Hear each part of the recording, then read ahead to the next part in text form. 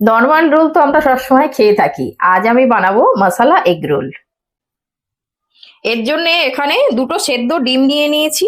এই ডিমগুলো এবার ছাড়িয়ে নেব। এই রোলটা আমি খুব সহজভাবেই বানাবো, আশা করছি আপনাদের বুঝতে কোনো অসুবিধা হবে না। এইভাবে ডিমগুলো আমি ছাড়িয়ে নেব।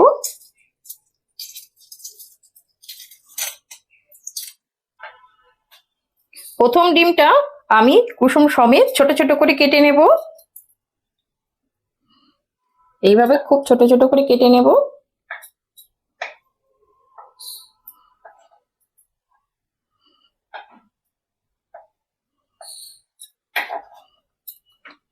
আর পরের ডিমটা আমি কুসুম বাদ দিয়ে এটাকে এটাকে কুসুম বাদ দিয়ে কেটে নেব।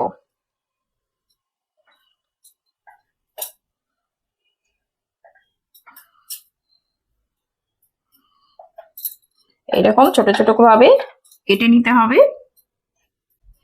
এবার একটা পেঁয়াজ নিয়েছি, এটাকেও আমি একটু ছোট ছোট করে কেটে নেব। এটা খুব ছোট ছোট করে এইভাবে করে কেটে নিতে হবে।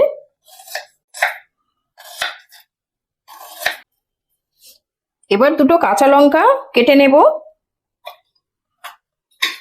এটাও খুব ছোট ছোট করে কাটবো। এবার আমি পেঁয়াজটা ভেজে নেব। আমি এখানে একটা প্যান বসিয়ে দিয়েছি, দিয়ে এর মধ্যে 2 চামচ তেল দিয়ে দিলাম। তেলটা গরম হয়ে গেছে, এবার এর মধ্যে এই পেঁয়াজ আর কাঁচা লঙ্কাটা দিয়ে দেব, দিয়ে এটা একটু ভাজা ভাজা করব।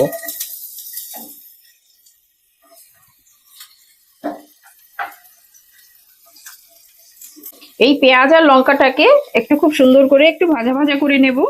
এটা খুব সহজে করে বানিয়ে নেওয়া যায়, আর রান্নাটা খুবই সোজা। হ্যাঁ, আপনারা খুব সহজেই বানিয়ে নিতে পারবেন। আর এই রেসিপিটা আশা করছি আপনাদের বুঝতে কোথাও অসুবিধা হবে না। আর যদি আমার এই রেসিপিটা ভালো লেগে থাকে তাহলে একবার লাইক করবেন আর সাবস্ক্রাইব করবেন।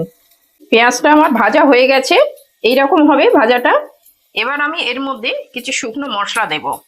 এটা লাল লঙ্কার গুঁড়ো অল্প একটু দিলাম কালারের জন্য। এটা জিরের গুঁড়ো খুব অল্প পরিমাণে করে দিলাম। আর এটা হলুদ গুঁড়ো দিয়ে দিলাম। আর এটা গোলমরিচের ফ্লেভারটা খুব সুন্দর আসে, দিয়ে দিলাম। আর একটু গরম মশলা দিয়ে দিলাম, আর স্বাদ মতো লবণ দিয়ে দিলাম। এবারে এই মশলাটাকে ভালো করে একটু মিশিয়ে নেব। এইভাবে মশলাগুলো ভালো করে এইভাবে কষিয়ে নিচ্ছি। এই মশলাটা আমার হয়ে গেছে। এবারে এর মধ্যে যে ডিমটা কেটে রেখেছিলাম সেই ডিমটা দিয়ে দিচ্ছি, সেদ্ধ ডিম। এটাও খুব সুন্দরভাবে মিশিয়ে নেব আমি। এইভাবে মশলাটা খুব সুন্দরভাবে ডিম আর এর মধ্যে এইভাবে মিশিয়ে নিতে হবে। আচ্ছা, এর মধ্যে আমি একটু ধনেপাতা দিয়ে দিচ্ছি, এটা ফ্লেভারের জন্য। এই ধনেপাতার স্বাদটা খুব ভালো আসে। আমি আটাটা মাখিয়ে রেখেছিলাম, লেচি কেটে রেখেছি। আমি এবারে রুটি বানিয়ে নেব। এতে আমি আটা দিয়ে বেলবো, এটা রুটি বানিয়ে নেব। এটা আমি আটা দিয়ে করেছি, আপনারা এটা ময়দা দিয়েও করতে পারেন বা আটা ময়দা মিশিয়ে করতে পারেন। আমি এবার রুটিটাকে বেলে নেব।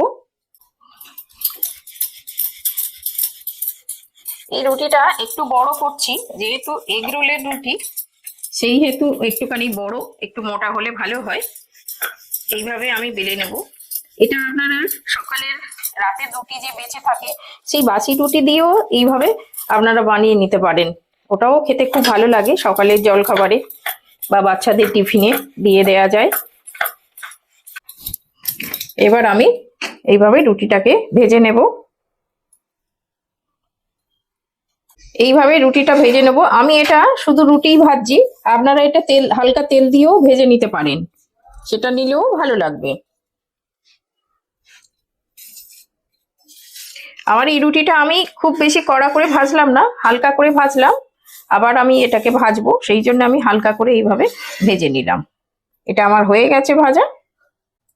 এখানে আমি একটা কাঁচা ডিম নিয়ে নিয়েছি, এটাকে ভেঙে নেব।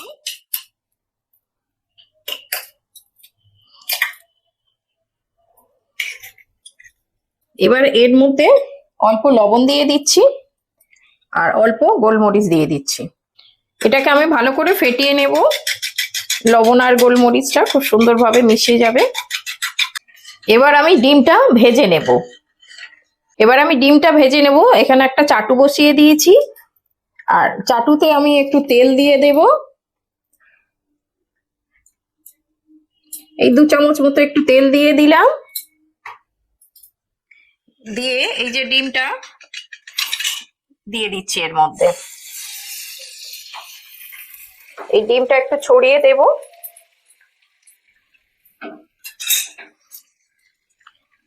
এই ডিমটা দিয়ে এই সাথে সাথে এই রুটিটা এর উপরে দিয়ে দেব। এটা একটু আমি উল্টে পাল্টে ভালো করে ভেজে নেব। এইভাবে এক পিঠ হয়ে গেলে আমি আরেক পিঠ আস্তে করে উল্টে দেব।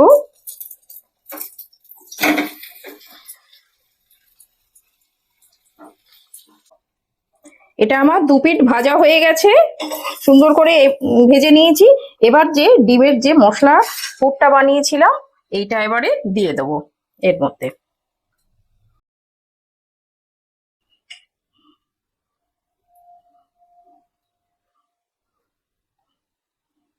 এবার এর মধ্যে এটা দেয়া হয়ে গেছে। এবার এর মধ্যে একটু লেবুর রস ছড়িয়ে দিচ্ছি। আপনারা যদি চান এর মধ্যে একটু সসও দিয়ে দিতে পারেন। একটু লেবুর রস দিয়ে দিলাম। দিয়ে এটা আস্তে করে আমি রোল করে নেব। এইভাবে আমি রোল করে নেব। এটা আমার হয়ে গেছে। আমি আস্তে করে এই প্লেটে তুলে নেব। দেখুন কত সুন্দর, কত সহজেই হয়ে গেল। এটা আপনারা খুব সহজেই বানিয়ে নিতে পারবেন এইভাবে।